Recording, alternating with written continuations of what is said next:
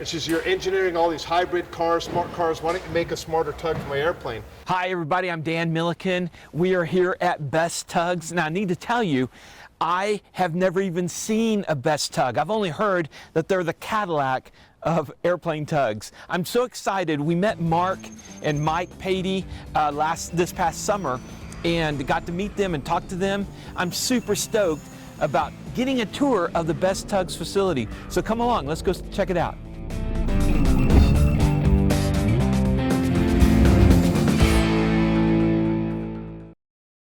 Dan, how are you? I'm doing good. We'll do this fist bump. Man, this is pretty phenomenal. Thank you. Yeah, we're excited to finally be in the new building, and now we already realize that this one's finally built and done.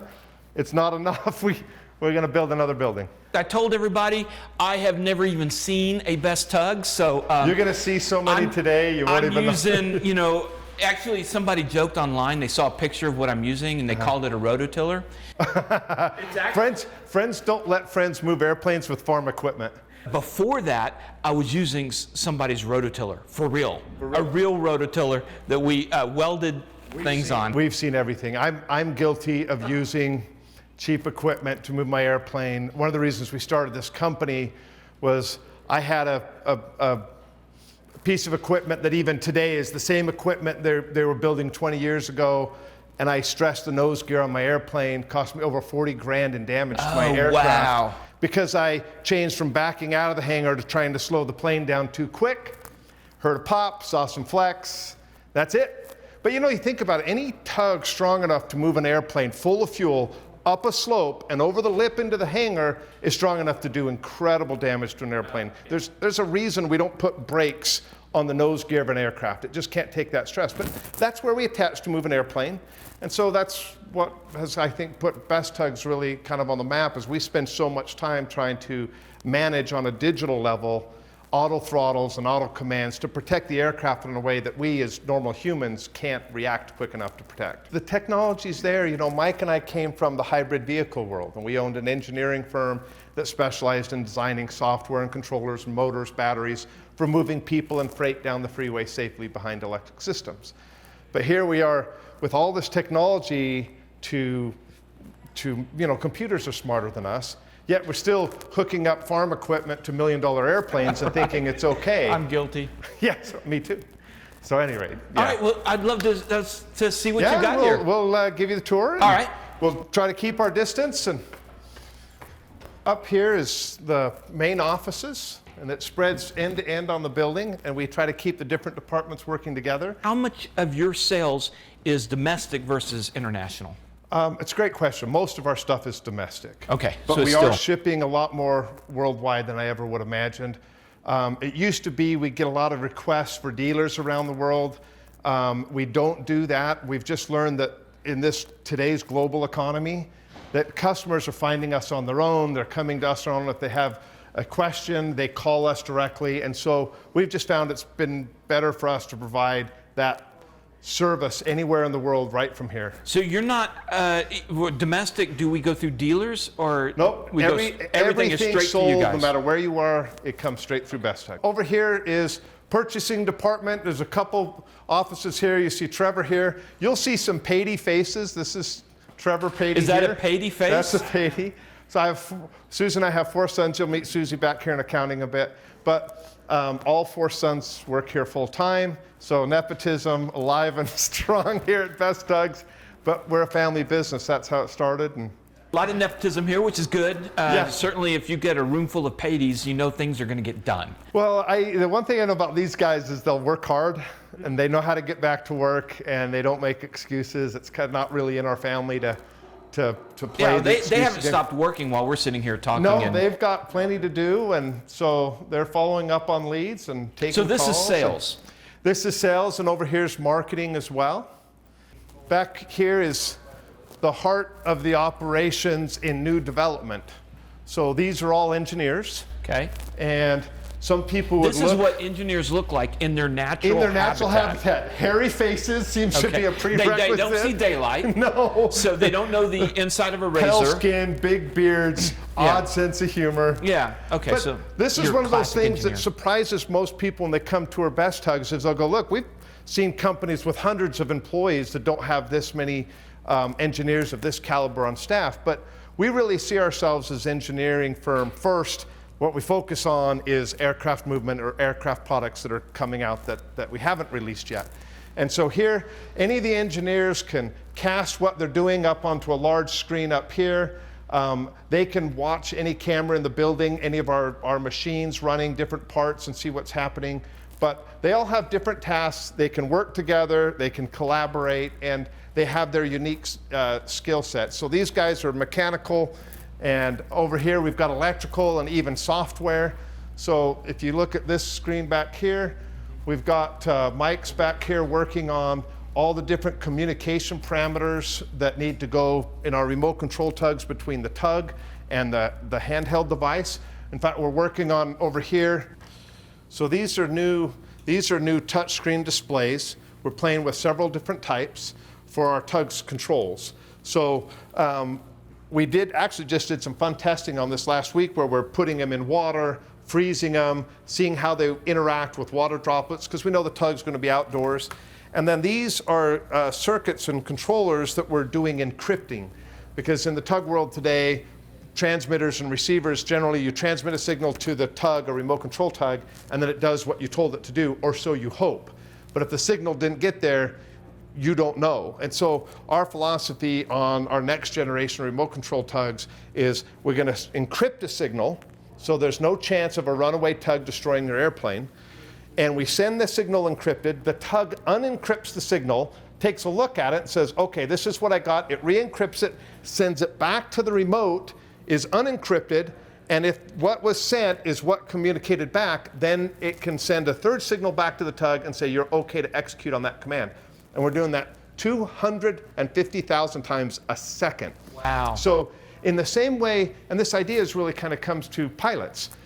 A controller says, switch to this frequency, and we say, switching to this frequency. And if we didn't acknowledge that correctly, they'll say, no, read back incorrect, this is what I wanted. And so we're saying, let's take that into the tugs, because if the tug can't get two-way communication, we run the risk of doing serious damage to aircraft. And so on our display, we're now going to have, in the next generation, we will have torque displayed on your remote. You'll be able to see how much stress you're putting on your aircraft while you're moving it. If someone might move an airplane around all day long and it never stressed, but someone else might move their airplane and hit a bump and get an alarm that saves them from a $40,000 repair or worse. And so that two-way communication is critical. So all of this is done in-house so that we can truly control the quality. And the reality is we're pilots. You know, even back in marketing, Erin was back there behind her desk quietly working away. She's a CFI. Oh, wow. And you've got Kaysen over here who's been flying, and he's another Patey right there in engineering.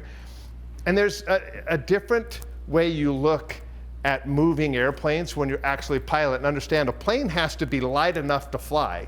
It can't just be built so strong it can handle anything. It's still got to get airborne. And so when they write software and write code and build loading mechanisms and devices, they're not just stress testing the tug to make sure the tug will hold up. They're stress testing what kind of loads are we putting on the aircraft, because we know aircraft can be fragile. So it's something that sets us apart, makes us a little bit different. So we're not just trying to push something with brute force. We're trying to handle something that needs force with gentle gloves. Well, let me ask you this. With what the engineering department is doing, are they just improving upon the product lines you already have, or is there actually new product being designed right now? The answer is yes. So they are constantly updating the product. In fact, we just barely got back serial number 1 tug, the very first best tug built in the garage behind my house. And it's amazing to see what that is. And when we took that to market 6 years ago, we really felt like we lived up to the brand. It was the best tug on the market, and we could list 28 definable things that made us better than anybody else. And every 6 months, we've made improvements. And so every time when someone's saying, well, what makes you the best? It's like, we're not just the best, we're better than we were 6 months ago, because we don't want our competitors ever to follow up. So they're always advancing the product. You can hardly recognize serial number 1 from the serial numbers we're putting out today, but then they're also doing new products. So they have all different tasks on different new best aviation products. So not just Tugs, we're coming up with other aviation products. So engineers are really kind of mad scientists, and so they need their own workshop area kind of separate from production and assembly. And so they have a railing here that rolls out of the way. They can forklift any Tug up onto here, any prototype, and they have their own tools, tool benches, workshop. So this is the engineer's man cave. This is the bat cave for the engineers, yep, and man cave. The engineer playground. Yes, it is. So they've got 3D printers out here and basically a bunch of tools and a place that they can be dirty, because in there we want it to stay a sterile environment. Up here is we have a CNC laser cutter here. Wow. And we do laser etching, laser cutting of our own parts. Almost everything here is done in-house. We have another machine shop. We have a machine shop here for prototyping, and then we have our production machine shop, which is up the street. But we are as American-made as it comes. There's not any outsourcing. You're not waiting for parts from China? No, we are. Okay. Our wire harnesses themselves are built here, right under our watchful eye. If we see an issue in assembly or quality control, we can walk right over to the guy who made the mistake, do some training, and then catch everything in line before it even ever gets to the customer's hands. Now, you still have issues, you still have things come up, but they're caught so early when it's all in-house, it helps ensure that you live up to the best Tug brand. Directly underneath us is the welding shop. Steel comes in on pallets like this. Oh, wow. They've all been laser cut in what we call our dirty shop. This place can be dirty, but this is only the dirty half is the welding. The rest stays pretty sterile.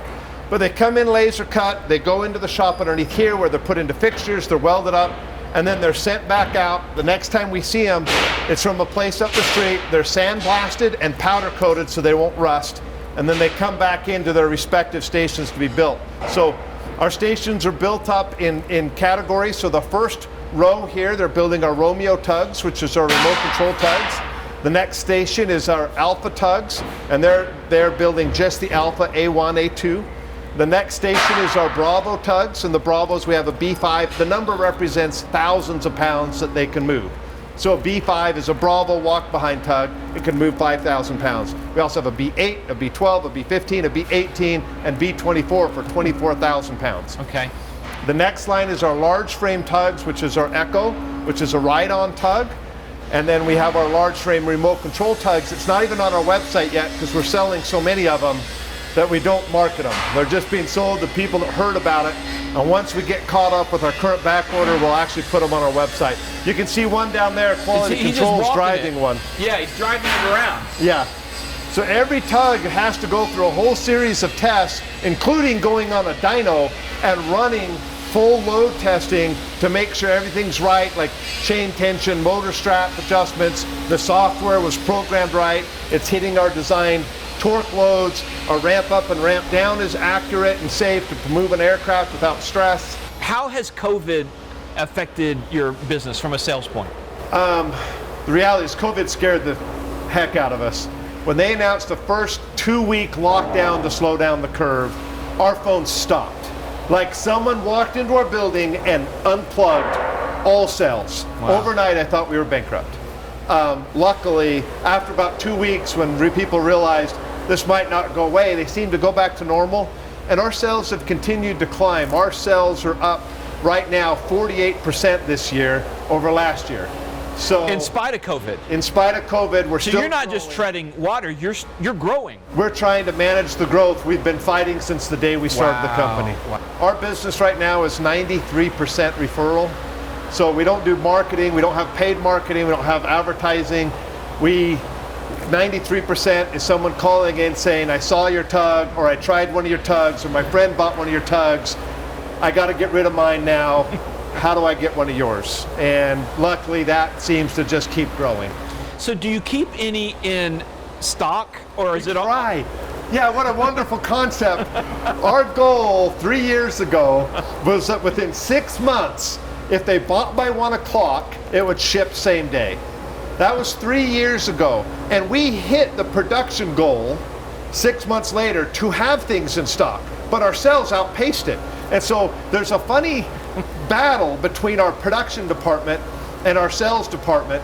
And sales has always been ahead of production, and production every month is going, this year, we're catching you. Yeah. We have relocated Best Tugs 4 times. In 6 years? In 6 years. Wow. If you can imagine the sleepless nights, the stress, the tears, the blood, the packing boxes in the middle of the night.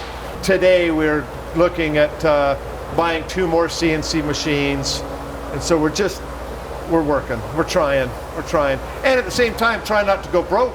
Growth will kill a company as quick as anything else. Right. You know, it's easy to run faster than you have strength, and so it's always this balance. So the next thing I wanted to show you is some of our equipment. I'll show you our biggest CNC machine we just got in. It's a 12-foot by 6-foot by 4-foot 5-axis CNC machine. Wow. So it has a pretty big cutting area. It can do up to mild steel or aluminum. Today it's set up for cutting covers. Wow. So everything that can be done that we used to do by hand, we're now trying to automate, because then one employee can do a better job creating a lot more product. But an investment like this is a $500,000 piece of equipment so that we can have straighter lines on our covers. But it's a commitment to growth, it's a commitment to quality. Everything. You're saying this is your favorite cut right here? Yeah, because this was so hard. We wanted the return lip to keep it waterproof. Right. But then you got to come into here for the strap clearance and then cut back, and you got this real tight cut here, and to keep the chain guard rigid. There was so much to go wrong doing it by hand that you have a cover that we could just do a bent steel metal cover for $18, powder coated and done, but it can rust. You can't make it, you can't do all these complex shapes to keep everything waterproof. And by going to an ABS cover, we can truly perfect the sealing up of everything, not just like a little metal plate above a chain that's out in the rain all the time. Everything's completely enclosed, but it takes the investment in this kind of equipment to make that happen. Some of your customers leave these Tugs out in the weather? Absolutely. Yeah, FBOs now, they just leave them parked outside. So our display panels have to be waterproof, they got to be snowproof, they got to operate in the most extreme conditions. The Tugs the military's buying from us, they're on ships in the middle of the ocean, rocking with ocean waves on them. You can't have stuff that's not protected. Your switches, controls, motors, it's got to be weatherproof. And so that's why we spend the money on molds and tooling and cutting to try to protect everything as best we can. Wow. This is our prototype machine shop. Prototype. Yeah, so we don't do any mass production in here. That equipment there is cutting parts right now. I don't know what's in there, but I guarantee it's like a prototype or a new one-off part. So we have a simple knee mill here. We got that machine, we got these. We got a little plasma cutter table. The production stuff's in our other shop, where all it does is all the machines just make the really big aluminum parts and steel parts in bulk. But engineering's right there. And so what we wanted to do is to have the engineers be able to just walk out of their offices into the tool area and down a set of stairs into their machine shop. So they can literally have an idea, draw it up on the computer, come into the machine shop, make it, and then go bolt it on a Tug in 20 minutes. Like from idea to a part on a Tug in 20 to 30 minutes. And that's what's allowed us to keep innovating quickly, because for other people, it might be 2 weeks to have the meeting to discuss the probability of whether or not a part will work or is worth doing. These guys will go, well, let's just try it. We'll have it done in 20, 30 minutes. And so we give them tools, and these are our older tools, but they don't need to do high volume. They just need to do a part here and there. So this part here is a prototype lock system for a collapsible handle on a new Tug we're coming out with. It's called the Alpha 1. We have an A1, an A2, and an A3. The A1 will actually move closer to 2,000 pounds, but this is a new lock mechanism because we wanted to, in about 2 seconds, the Tug to fold up and go into your baggage compartment and fly away with you. Wow. So this Tug doesn't exist, so they're doing a couple different designs of our locking mechanism. They'll try it out, see how they like it, go back to the computers, come back down, cut a few more parts. This is here where we build our Romeo Tugs, R for Romeo, or remote control. And once they're done here, they come across into quarantine. Quarantine. So all these Tugs are quarantined, appropriate for this time. And they stay here until someone else. So this tug here, we can see who the tug was built for. And then it has all the things that had to get done when it was built. We can look at it, see what software version was programmed onto it. So if we have a software update to more safely handle an airplane, we can change the programming. But the second signature on every item has to be someone different than who built the tug. And so when it comes to quarantine, it means the tug's done, the expert builder finished it, they think it's perfect, but now they have to have a second opinion. And so the tug's completely opened back up, and every item's checked a second time. Once that's been signed off by 2 people, then it can come out of quarantine and head all the way down the aisle to the shipping department. Wow. So every department... So these are complete, they just need a second set of eyeballs to make sure every 32 points or whatever you got on there. Yeah, there's 113. A little bit more than 32. Yeah, so, yeah, and then all the tugs have that. So if we move down here, you can see this is our Alpha tug assembly line. Okay. So here's where we'll build the Alpha 1, the Alpha 2, and the Alpha 3. And these are for your smaller airplanes, your Cubs and yeah, stuff. Cirrus, a TTX, yeah, Cubs. But you can see these tugs here, there's some there, they're not done, they don't have the covers on. Those ones are in quarantine. They haven't been signed off yet. And then this one, this is a tug that obviously it was a signature edition. This is painted to match somebody's airplane. So I'm sure they're very excited to get it. So you can do custom paint? Quite often, this is very common, where people do signature edition. So this passed all its sign off on the build, another sign off, and then it went down to shipping where one final quality control inspector has to sign off, and he tagged it.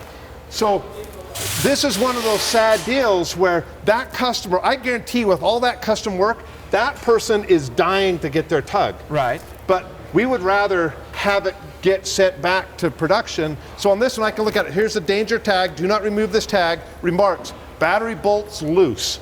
So on the last quality control, when someone put a torque wrench and it was a little bit tight, he's not allowed to tighten it and ship it. It has to get tagged. It comes back to the Alpha build station with the tag, and they have to fix it. Because he could fix it, but they didn't learn. Oh, wow. And by tagging it, it comes back and someone's got to go, holy cow, I signed it off, this person signed it off, and the quality control Nazi failed it. Right. And this customer doesn't get to get their tug. It got a danger tag because a bolt on one of the batteries was a little too loose. Wow. But that'll quickly get, once this comes into here, if it has a danger tag like this, it's like right now, get it fixed, so guaranteed that's going to get done before the day's over. It'll be taken back down there and go into a crate and get shipped out. Wow, okay. So you'll notice opposite of the different build stations for the tugs is parts. So all the parts for the different tugs are stored across from where they get manufactured.